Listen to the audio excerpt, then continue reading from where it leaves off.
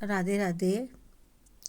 कभी कभी हम सोचते हैं कि ये जो हमारे जीवन में कष्ट आते हैं या हमें जो दुख आते हैं तो उन दुखों को भगवान क्यों नहीं हरते, भगवान मेरी क्यों नहीं सुनते। अक्सर हमारा ये जो भगवान के प्रति रोष रहता है, भगवान से एक शिकायत रहती है।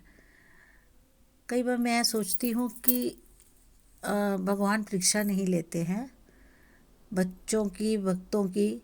लोग सोचते हैं कि शायद भगवान हमारी परीक्षा ले रहे हैं, लेकिन वो परीक्षा नहीं लेते, वो हमें खुद से लड़ने के लिए तैयार करते हैं।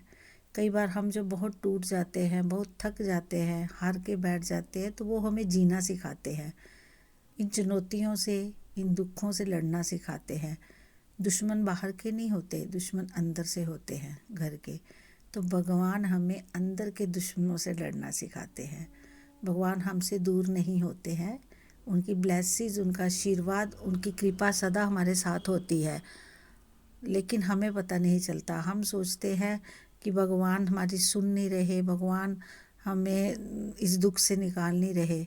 लेकिन भगवान हमें हर वक्त सुनते हैं, हर वक्त उनको हमारा ध्यान रहता है, क्योंकि वो कहीं गए नहीं होते, वो हमारे भीतर ही छुपे हुए हैं।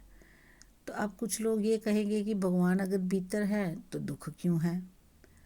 अरे दुख भी तो हमारे खुद के बनाए हुए हैं, भगवान हमें दुख नहीं देते हैं।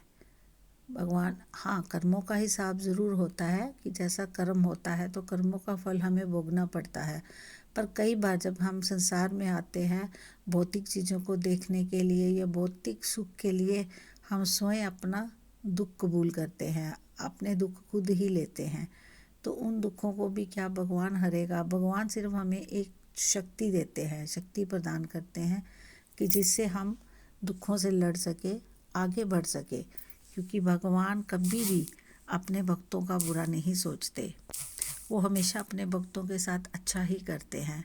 हाँ, भगत है कि वो पहचान नहीं पाता, उनको भौतिक चीज़ें अच्छी लगती है।